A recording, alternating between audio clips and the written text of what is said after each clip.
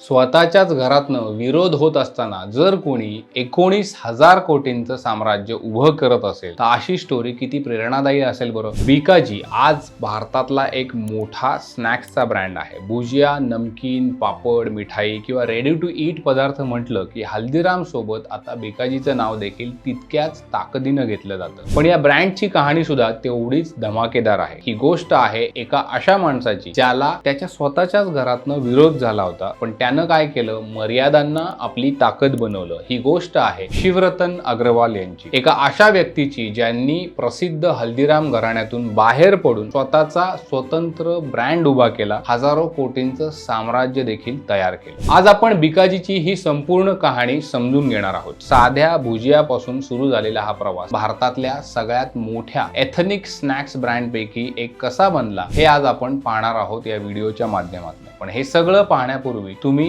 पैसा पाणी तुमच्यासाठी अतिशय भन्नाट स्टोरी बनवत आहे. त्यासाठी रिसर्च देखील आमची टीम करत असते. याला एक दाद द्यायची म्हणून चॅनेलला सबस्क्राईब नक्की करा. व्हिडिओ आमच्या चॅनेलवर वेगवेगळ्या विषयांवर होतच असतात. भरपूर वेगवेगळे विषय आपण हँडल करतो. एकदा ते सुद्धा नक्की पहा. चला तर आता सुरुवात करूया. ही कहाणी सुरू होते राजस्थान मधल्या बिकानेर शहरातून. थर वाळवंटाच्या काठावर हे शहर वसलेलं आहे. आज जरी बिकानेर आपल्याला भुजियासाठी प्रसिद्ध आहे हे माहिती असलं तरी एकेकाळी हे छोटंसं शहर राजघराण्यासाठी प्रसिद्ध होतं. इथे लोकांचं जीवन अतिशय साधं होतं. हवामान कोरडं होतं, पाण्याची टंचाई असायची. रोजच्या जगण्यासाठी संघर्ष हा रोजच त्यांना करायला लागत होता. पण याच शहरामध्ये एक असा पदार्थ तयार झाला ज्यानं सबंध भारताला वेड लावलं. त्या पदार्थाचं नाव म्हणजे भुजिया. तर सुरुवातीला भुजिया जे आहे ते घरगुती पद्धतीने बनायचं. मोठ्या डाळीच्या पिठापासून बनवलेला हा एक कुरकुरीत पदार्थ होता. तो लोकांना आवडू लागला. पण त्याला खरी ओळख मिळाली ती एका छोट्या मुलामुळे. त्या मुलाचं नाव होतं गंगा भीषण अग्रवाल. घरात त्याला प्रेमानं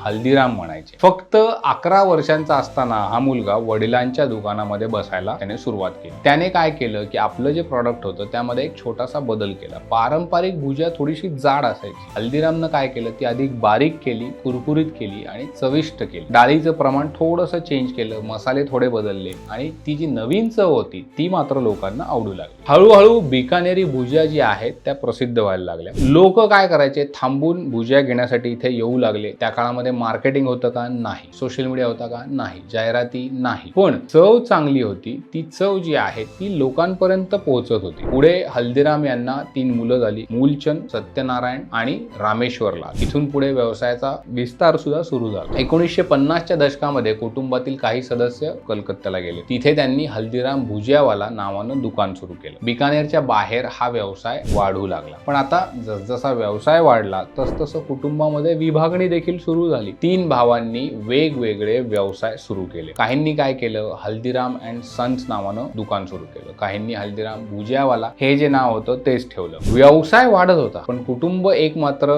त्यांचं राहिलं नाही. याच घरामध्ये पुढे जन्म झाला शिवरतन अग्रवाल यांचा. शिवरतन हे मूलचंद यांचे पुत्र, म्हणजे मूळ हल्दीराम यांचे ते नातू. लहानपणापासून त्यांनी हा व्यवसाय जवळून पाहिला होता. दुकान, प्रोडक्शन, ग्राहक, व्यापारी हे सगळं त्यांनी शिकून घेतलं होतं. त्यांचं शिक्षण फारसं झालं नव्हतं. ते फक्त 8वी पर्यंत शिकले होते. कॉलेजमध्ये जाण्याचा प्रसंग कधी आलाच नाही. पण व्यवसायाचं ज्ञान म्हणाल तर त्यांना ते पुस्तकातनं नाही तर अनुभवातनं मिळालं होतं. काळ पुढे गेला, व्यवसाय आणखी मोठा झाला आणि मग एक दिवस कुटुंबामध्ये मोठी विभागणी झाली. हल्दीरामच्या वेगवेगळ्या शाखांना वेगवेगळे भाग दिले गेले. नागपूरची जी शाखा होती त्यांना सांगितलं की तुम्ही फक्त पश्चिम भारत सांभाळायचा. दिल्ली शाखेला सांगितलं की तुम्ही नॉर्थ इंडिया सांभाळायचा. शिवरतन अग्रवाल यांच्या वाट्याला आलं राजस्थान. त्यातही एक अट होती की ते राजस्थानच्या बाहेर हल्दीराम नावाने आपले प्रॉडक्ट विकू शकणार नाही. म्हणजे एकच राज्य, लिमिटेड जिओग्राफिकल टेरिटरी होती. आता विचार करा, ज्या ब्रँडचं नाव देशभरामध्ये प्रसिद्ध होतं तो ब्रँड वापरण्याची परवानगी राज्याच्या बाहेर नाही. ज्यांना मोठं मार्केट मिळालं त्यांचा व्यवसाय कोट्यावधींमध्ये होता. पण शिवरतन यांच्या भागामध्ये तुलनेनं मार्केटच छोटं होतं. त्यांना असं वाटलं की बाबा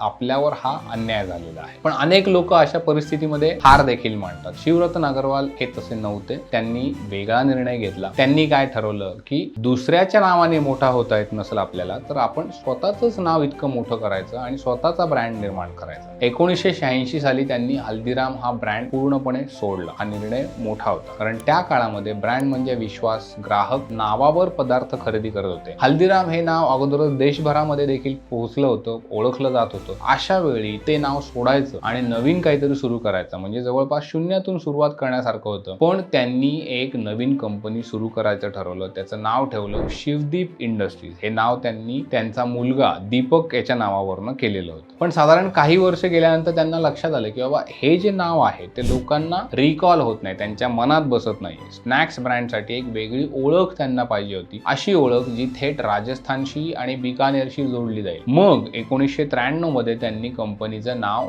बदललं आणि जन्म झाला बिकाजीचा. आता बिकाजीच का, तर हे नाव त्यांनी खूप विचार करून ठेवलं होतं. बिकानेर शहराचे संस्थापक होते राव बिका. त्यांच्या नावावरनं घेतलं बिका आणि आदरार्थी लावायचं म्हणून जी लावला आणि त्यातून तयार झालं बिकाजी. हे नाव लोकांना जवळचं वाटलं, ओळखीचं वाटलं. पण आता फक्त नाव बदललं म्हणून तुमचा व्यवसाय लगेच वाढायला सुरुवात होते का, तर नाही. खरी लढाई आता सुरू होणार होती. कारण समोर कोण होतं, तर हल्दीराम सारखा मोठा इतक्या वर्षांचा प्रस्थापित ब्रँड होता. शिवरतन अग्रवाल यांनी एक गोष्ट ओळखली होती, फक्त चवीवर स्पर्धा जिंकता येणार नाही, कारण हल्दीरामची चव अगोदरच प्रसिद्ध होती. त्यामुळं त्यांनी काय केलं, एक वेगळा मार्ग निवडला. तो होता तंत्रज्ञानाशी मैत्री करण्याचा. त्या काळामध्ये भुजिया आणि नमकीन जे काही पदार्थ होते ते मोठ्या प्रमाणावर हाताने तयार केले जात असत. त्यामुळे उत्पादन त्याचं जे होतं ते मर्यादित होतं. क्वालिटी कायम ठेवणं तसं तुलनेनं अवघड होतं. पण शिवरतन यांनी काय केलं, तर भारतातली पहिली ऑटोमेटेड भुजिया फॅक्टरी उभी केली. हा त्यांचा जो काही निर्णय होता तो गेम चेंजर ठरला. मशिनरीमुळे उत्पादन झपाट्याने वाढलं. एकाच दर्जाची भुजिया मोठ्या प्रमाणामध्ये तयार होऊ लागली. खर्च अर्थातच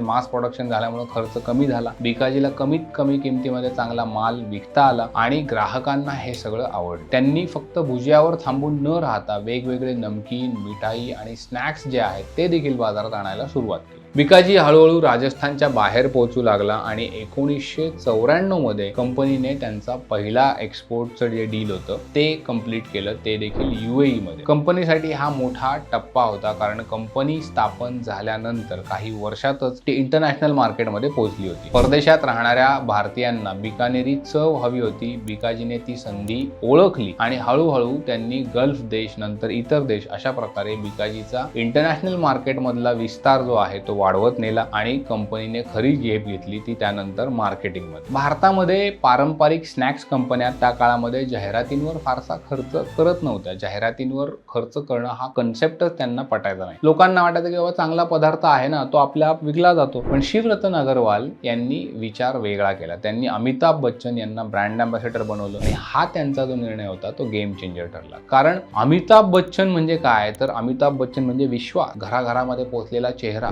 बिकाजीनं जाहिरातीवर मोठ्या प्रमाणावर खर्च केला. टीव्हीवर जाहिराती दिसू लागल्या. लोकांच्या मनामध्ये ब्रँडची ओळख तयार व्हायला सुरुवात झाली. आधी बिकाजी फक्त एक राजस्थानचा ब्रँड म्हणून मानला जायचा, पण आता तो नॅशनल ब्रँड बनत होता. रेल्वे स्टेशनला जा, किराणा दुकानात जा, किंवा सुपर मार्केटमध्ये जा, एअरपोर्ट्सला जा, सगळीकडे बिकाजीचे पॅकेट्स दिसायला लागले. एक महत्वाची गोष्ट म्हणजे बिकाजीने भारतीय चवीला कधीही सोडलं नाही. त्यांनी वेस्टर्न स्नॅक्सच्या मागे धावण्यापेक्षा भारतीय नमकीनवर लक्ष केंद्रित करणं जास्त महत्त्वाचं मानलं. भुजिया, आलू भुजिया, मिक्सचर, पापड, रसगुल्ले, सोन पापडी, भारतीय ग्राहकाला काय काय आवडतं हे कंपनीला व्यवस्थितरित्या समजलं होतं. पुढे कंपनीने आपली प्रोडक्शन कपॅसिटी वाढवली. देशभरामध्ये वेगवेगळ्या ठिकाणी मॅन्युफॅक्चरिंग प्लांट उभारले गेले. आज बिकाजीचे अनेक प्रोजेक्ट्स आहेत. त्यातील काही बिकानेरमध्ये आहेत, काही ईशान्य भारतामध्ये आहेत, काही इतर राज्यांमध्ये आहेत. आज कंपनीचे प्रॉडक्ट्स 40 पेक्षा जास्त देशांमध्ये विकले जातात. बिकाजी फक्त भारतापुरता मर्यादित राहिला का, तर नाही. कंपनीने आणखी एक मोठा टप्पा 2022 मध्ये गाठला. कंपनीने शेअर मार्केटमध्ये आपलं लिस्टिंग केलं. बिकाजीचा IPO आला आणि गुंतवणूकदारांनी त्याला चांगला प्रतिसाद देखील दिला. बिकाजी ही भारतातली पहिली मोठी लिस्टेड एथनिक स्नॅक्स कंपन्यांपैकी एक बनली. आता या सगळ्याचा अर्थ काय, तर एकेकाळी राजस्थान पुरता मर्यादित असलेला व्यवसाय आता हजारो कोटींच्या कंपनीमध्ये त्याचा बदल झालेला आहे. आज बिकाजीची बाजारातली किंमत जवळपास 19,000 कोटी रुपयांच्या आसपास पोहोचलेली आहे. तर ही गोष्ट खास का ठरते, कारण हा व्यवसाय एखाद्या मोठ्या कॉर्पोरेट घराण्याने उभारलाय का, नाही. हा व्यवसाय एका अशा माणसाने उभारला ज्याला स्वतःच्या कुटुंबामध्येच इतर सदस्यांकडनं मर्यादा घालून दिल्या गेल्या होत्या. शिवरतन अग्रवाल यांचं 8वी पर्यंत फक्त शिक्षण झालं होतं. त्यांनी मार्केट समजून घेतलं, ग्राहकांची मानसिकता समजून घेतली, प्रोडक्शन, मार्केटिंग, टेक्नॉलॉजी, ब्रँडिंग याचा व्यवस्थित याची सांगड घातली, त्याचा योग्य वापर केला. आज बिकाजी भारतातल्या सगळ्यात मोठ्या एथनिक स्नॅक्स कंपन्यांपैकी एक आहे आणि विशेष म्हणजे हे सगळं हल्दीराम पासून वेगळं झाल्यानंतर त्यांनी उभं केलं. आजही हल्दीराम आणि बिकाजी यांची तुलना केली जाते. दोन्ही ब्रँड्सची मुळं एकाच कुटुंबात आहेत. दोघांचं उत्पादन देखील सारखं आहे, ग्राहक देखील बऱ्याचदा सारखेच असतात, पण बिकाजीची ओळख जी आहे ती वेगळी आहे. काही लोक म्हणतात की जर शिवरतन अग्रवाल यांना सुरुवातीला मोठं मार्केट मिळालं असतं तर कदाचित बिकाजी हा ब्रँड जन्मालाच आला नसता, कारण कधी कधी मर्यादा माणसाला मोठं करत असतात. शिवरतन अग्रवाल यांनी संकटाला संधी बनवलं आणि हीच त्यांच्या यशाची खरी कहाणी आहे. गेल्या महिन्यात 23 एप्रिल 2026 ला त्यांनी शेवटचा श्वास घेतला, पण त्यांनी उभारलेला ब्रँड आजही लाखो घरांमध्ये पोहोचतो आहे. चहा सोबत खाल्ली जाणारी भुजिया असो किंवा ट्रेन मधले नमकीनचे पॅकेट्स असो किंवा सणासुदीला दिली जाणारी मिठाई असो, बिकाजी आज भारतीयांच्या जीवनाचा एक अविभाज्य भाग बनून गेलेला आहे, हे कोणीही नाकारू शकत नाही. आता कंपनीची जबाबदारी जी आहे ती पुढच्या पिढीकडे आहे. त्यांचे पुत्र दीपक अग्रवाल अनेक वर्षांपासून व्यवसायामध्ये सक्रिय आहेत. कंपनीचं व्यवस्थापन आधुनिक पद्धतीनं पुढे नेण्याचा त्यांचा प्रयत्न जो आहे तो सुरू आहे. पण कुठलाही व्यवसाय फक्त पैशाने मोठा होतो का? तर नाही, त्यामागे एक विचार असतो. शिवरतन अग्रवाल यांचा विचार साधा होता, स्वतःची ओळख निर्माण करा, दुसऱ्याच्या नावावर जगण्यापेक्षा स्वतःचं अस्तित्व तयार करा. आणि म्हणूनच बिकाजींची गोष्ट फक्त भुजियाची गोष्ट नाही, तर ती एका अशा माणसाची गोष्ट आहे ज्याने अडचणीमध्ये संधी शोधली आणि स्वतःचा मार्ग तयार केला आणि भारतीय स्नॅक्स इंडस्ट्रीमध्ये स्वतःचं वेगळं स्थान निर्माण केलं. तुम्हाला जर ही त्यांची स्टोरी आवडली असेल तर पॅराशूटची तसेच व्ही गार्डची स्टोरी जी आहे ती देखील तुम्ही नक्की पहा. तुम्हाला नक्की आवडेल याची मी खात्री देतो. धन्यवाद.